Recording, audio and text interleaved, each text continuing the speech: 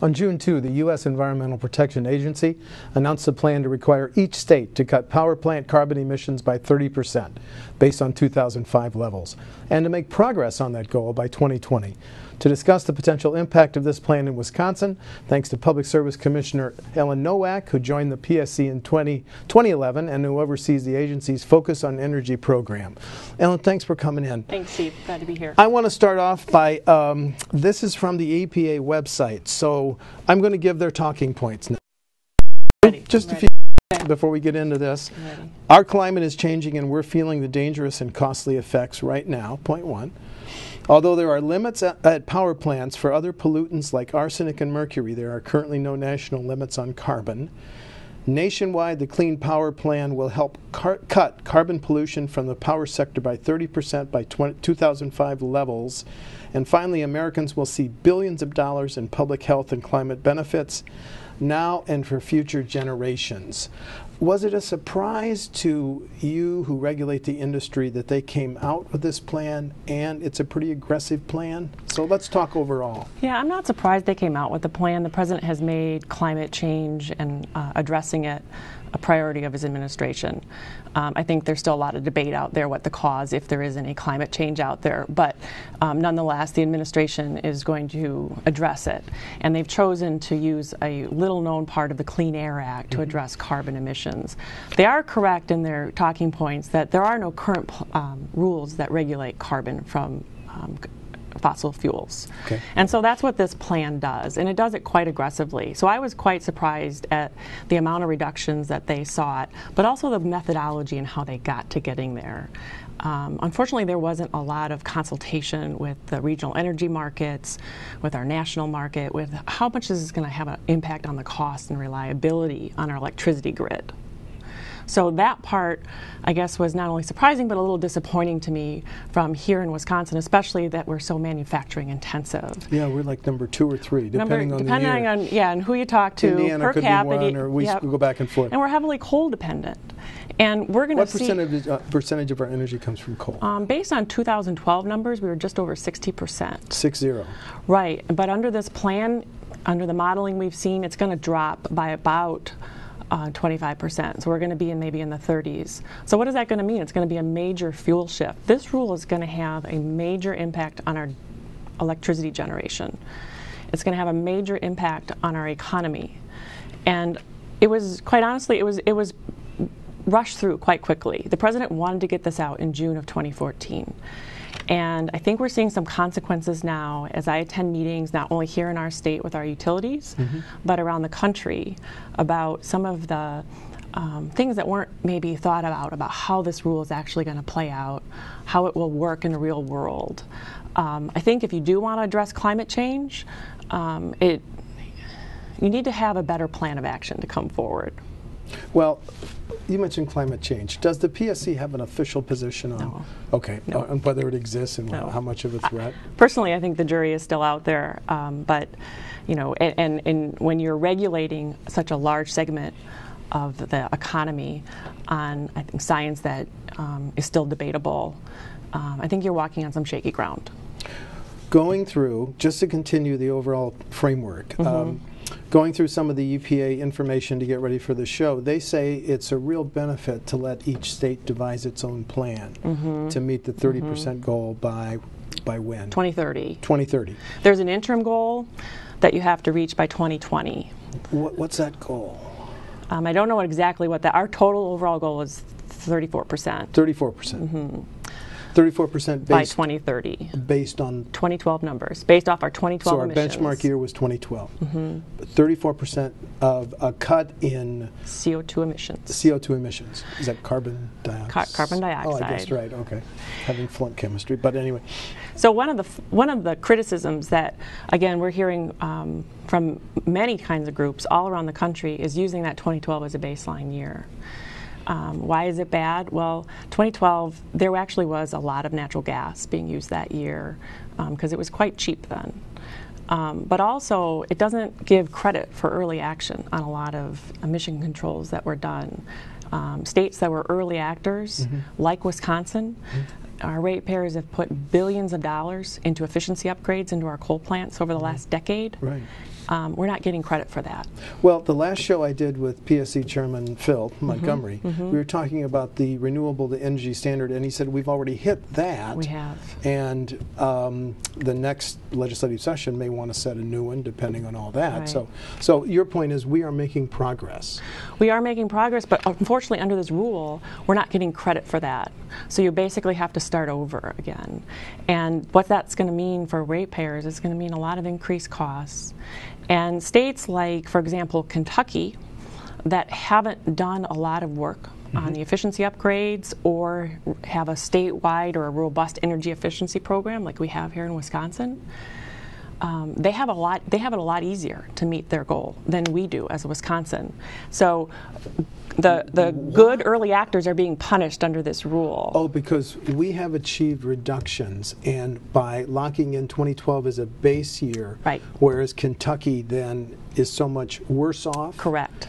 Than Wisconsin. Right. So we're being penalized. We're being penalized. And there's a lot of states in our position. There's states like Kentucky that are going, boy, I thought we were thinking the worst for this rule, and they're not. Now, from an economic development standpoint, you know, that puts us at a disadvantage, and that concerns us. Well, where the rubber meets the road here is so many of our plants burn coal. Right. Do I have this right? Right. Lay it out. I mean, 60%? Well, that's the generation where it's coming from, but still most of our plants are coal plants. Are they older plants? Some are older, but you know, we've got Oak Creek, which is one of the newest in the country, one of the most efficient in the country. It's going to be working a lot more, but really what we're going to see is a switch to a lot of natural gas under this rule. Now, again, what this rule constructing it didn't take into consideration is what is the existing infrastructure for natural gas pipelines? Do we have enough there to accommodate an increase in natural gas supply? Are we going to have to build more natural gas plants? Are we going to have to bring in more renewable wind and other renewables from other states? That's also on the table. That means building more transmission or building more renewables here in Wisconsin. Both of those are usually contentious. You know, siting a transmission line, that brings a lot of controversy usually, but we might have to see some more of that coming into Wisconsin. The rule also requires a lot more energy efficiency. Right now, our statewide program, we spend about $100 million a year on Focus on Energy. The savings we achieve are just under 1%. It's about 0.8%. Okay? What this, the way this rule was constructed, the way they got to our 34%, it's assuming we're going to get about 12%. That's costly. We've done from 0.8% to 12 over to 12. So there's a lot over what period? To 2030. Okay, thank you. But the question here, and this is perhaps the most, there's a lot of legal issues with the rule.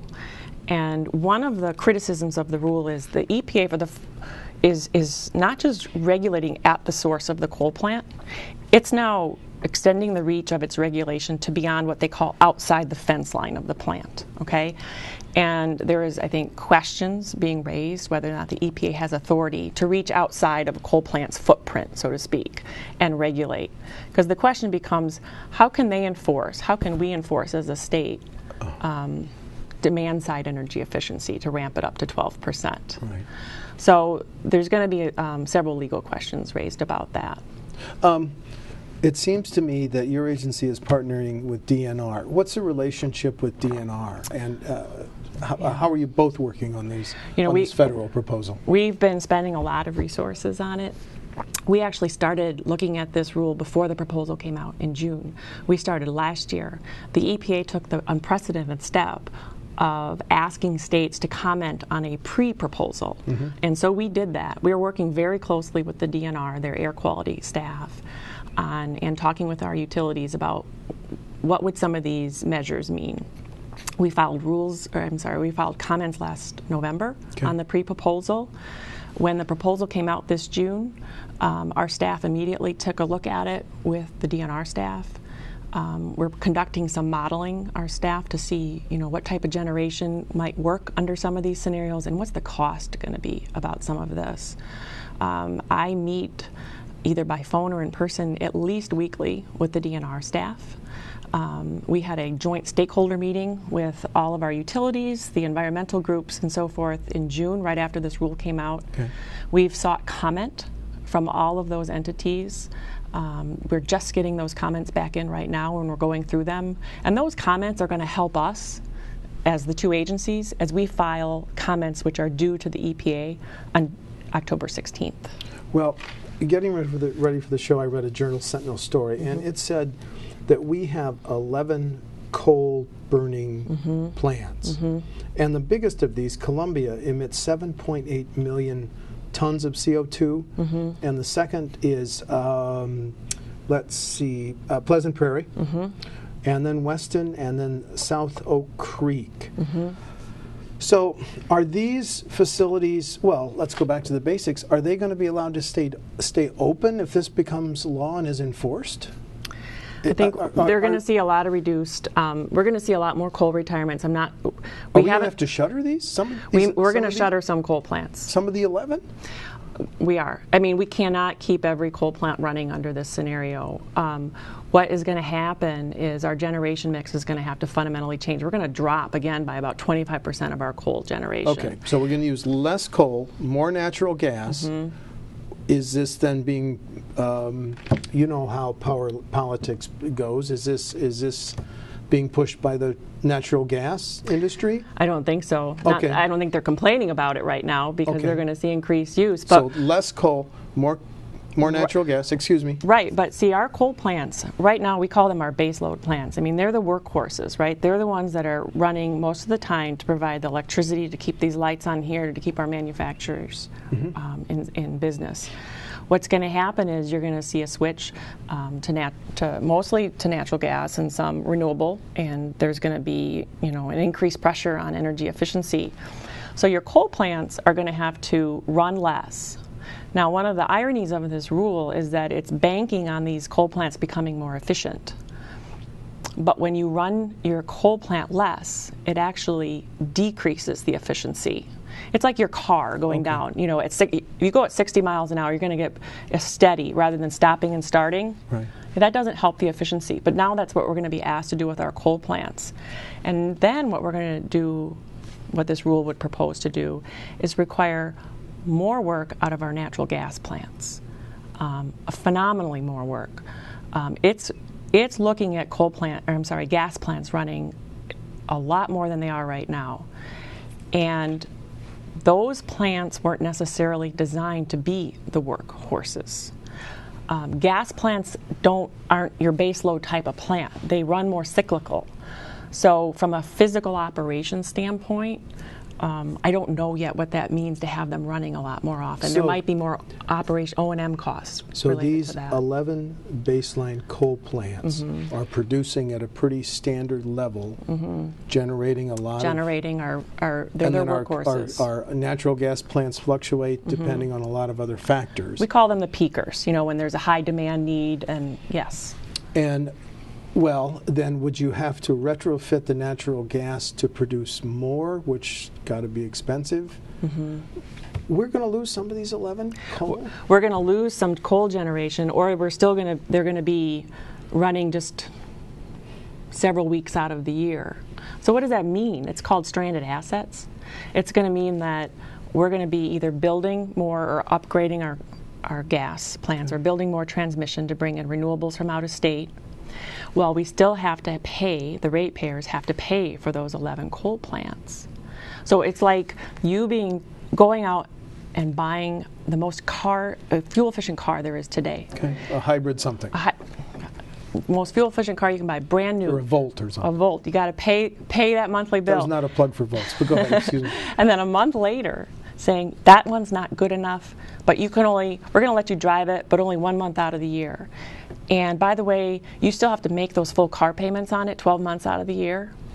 And you have to buy this other car that's even better, it's more efficient, pay those, and not quite sure if it's going to get to you where you're going because we haven't tested it fully yet in how it actually works in the system. The reason that I'm so glad you're doing this show, because I'm trying to, Wisconsin is trying to build awareness of this issue, because I think what you're about to tell me is all of us ratepayers and customers ought to be aware of this from a purely financial standpoint. That's right. Has PSC, you're the lead person, costed this out? Our preliminary numbers show us this is going to be anywhere between $10 and $20 billion to achieve by 2030, and then it's going to keep increasing, billion. And that's just for Wisconsin.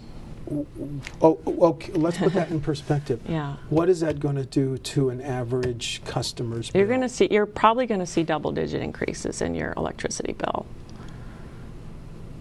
You know. And pardon me, but none of my neighbors are aware of this issue. I know. So how does the PSC and the DNR say, hey, you really, is there a PR campaign, a public awareness campaign? You know, we are working right now, we're so focused on filing our comments to the EPA, pointing out, you know, why we believe that 34% that was assigned to Wisconsin, where we see some flaws in that methodology. Okay. And then we will also comment on, because the PSC's real lead role is on cost reliability. And we're still in the process of gathering some information on the cost and reliability. We're working within our regional energy market too. We're part of a 15-state region that buys and sells our electricity. But the PSC role, if this became law, would be to set the rates that are going to double-digit customers. We have to approve any upgrades that need to be done, and we have to approve any cost increases. And so I try to, every forum that I go out to, even before this rule came out, to help understand what makes up someone's electricity bill. We really don't spend a lot of time looking at our electricity bill. You know, you look at your number and you pay it, right? But what goes into it, a lot of it's a fixed cost, and a lot of it, more and more, is going to be these pass-through costs from the EPA. Not just on this is just one rule, Steve. There's a lot more out there that's coming, but this one, I think it's safe to say, is probably the most complex and probably the most costly so far. If there were an environmental advocate sitting here, and maybe on the next show there will be, she or he will say, yeah, but go back to the global warming argument and the fact that it will save lives. The EPA lead to climate and health benefits worth an estimated $55 to $93 billion in 2030, including avoiding 2,700 to 6,600 premature deaths and 140,000 to 150,000 asthma attacks in children. You know, this is all about balance. Okay. I haven't examined their numbers. I don't know if the EPA, you know, I haven't looked at their health statistic numbers, but what the EPA, I believe, didn't take into consideration is the great cost at what some of these achievements will come. If you look at CO2 emissions on a worldwide basis, India, China, the South Americas are building coal plants all the time.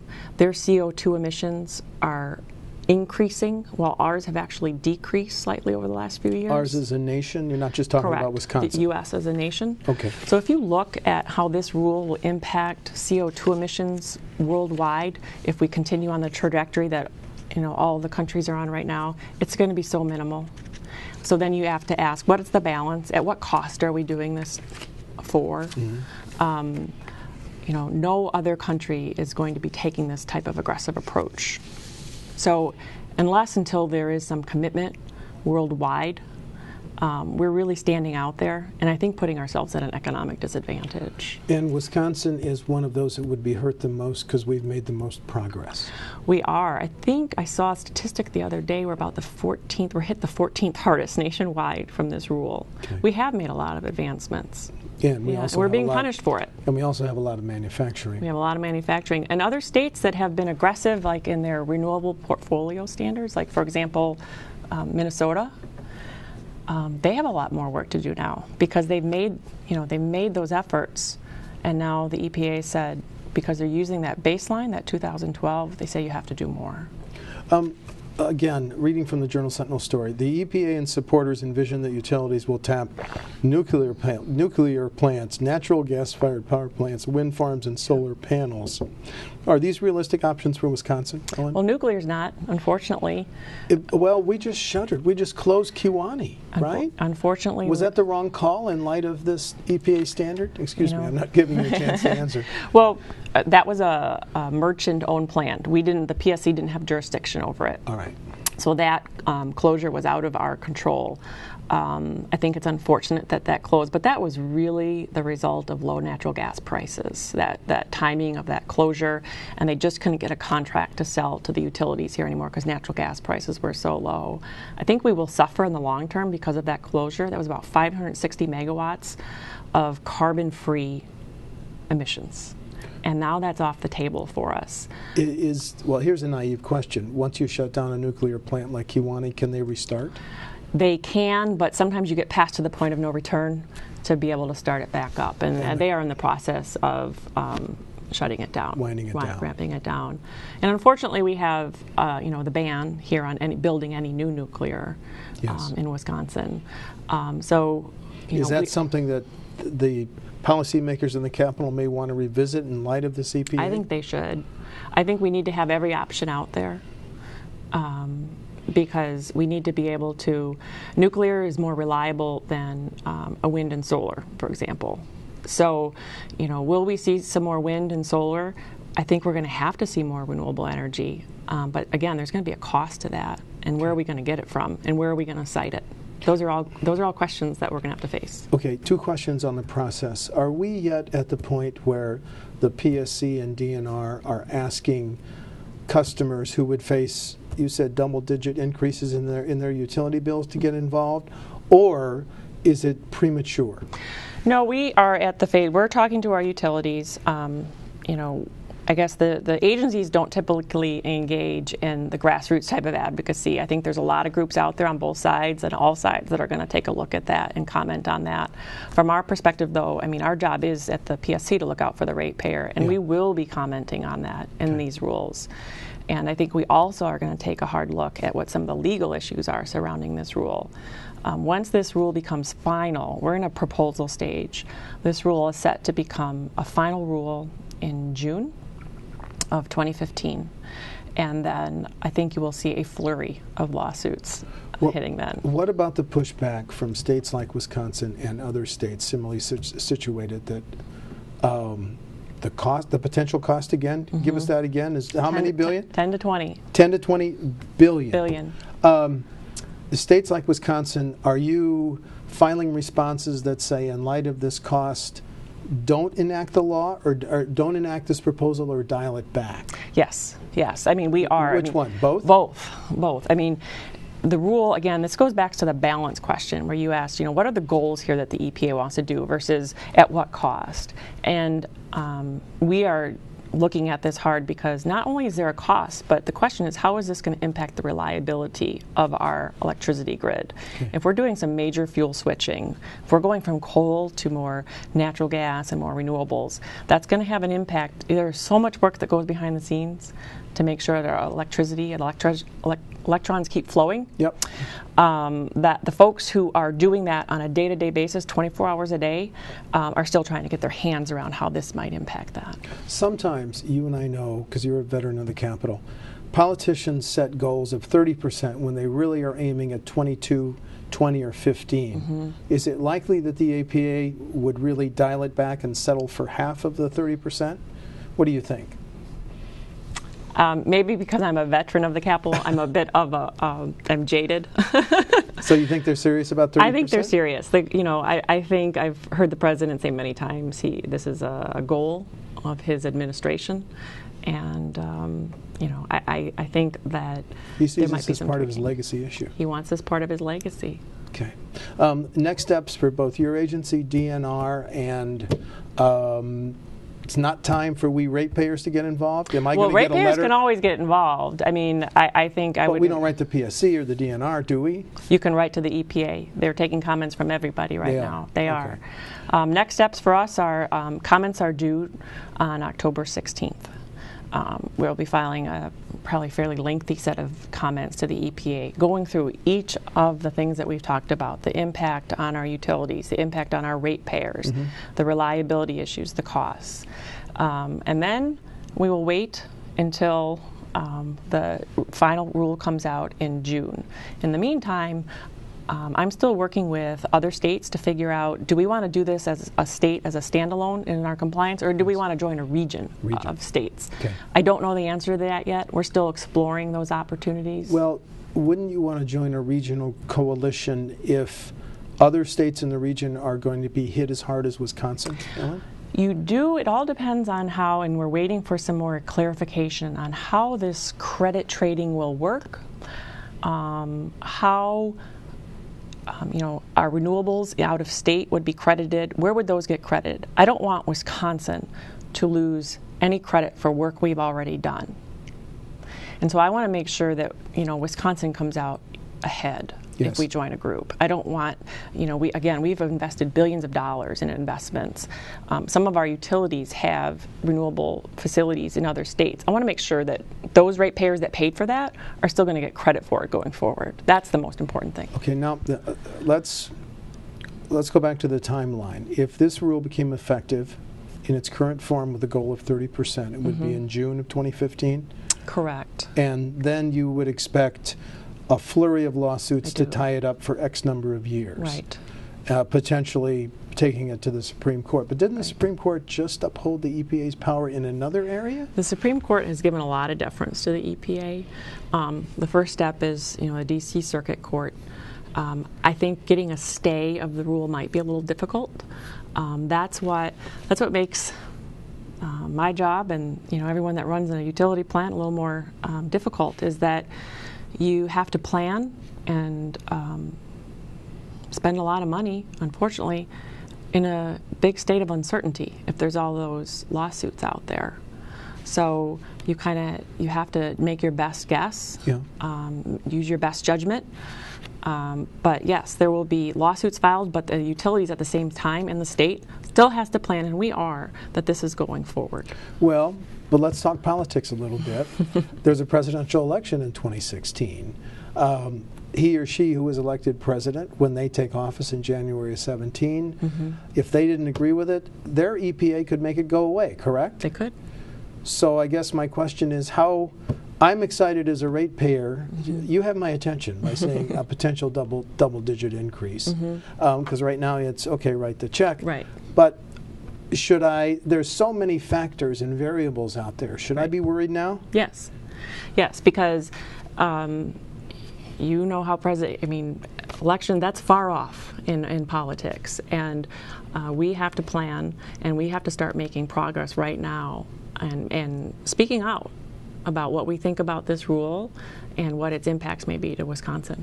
And is it up to the PSC and DNR to build a working coalition with like the WMCs because of the impact on our manufacturers, or is that not in your job description? You know what? We reached out to all groups to give us their feedback, whether it's WMC or Clean Wisconsin or Renew. I wanted to hear from everybody what they thought about the rule, and we're taking those all into consideration. But at the end, the comments will be filed by the DNR and the PSC. Okay. Well, summarize it this way. Ratepayers like me should be concerned because, and we might be considering doing what? Let's end it that way. Because we might be considering making an aggressive change in our energy portfolio that Wisconsin is going to have to make major investments to prepare for. And I think, one more time, potentially 10 or 20 billion by 2030. 30. Yeah. Ellen Nowak, Public Service Commissioner, thanks so much for a briefing on the issue. Thank you. And maybe after June, when they come out with something, you and some others should come back. Be happy to do it. Because of the importance of the issue. Happy to do it. Thanks so much. Thanks. Thanks.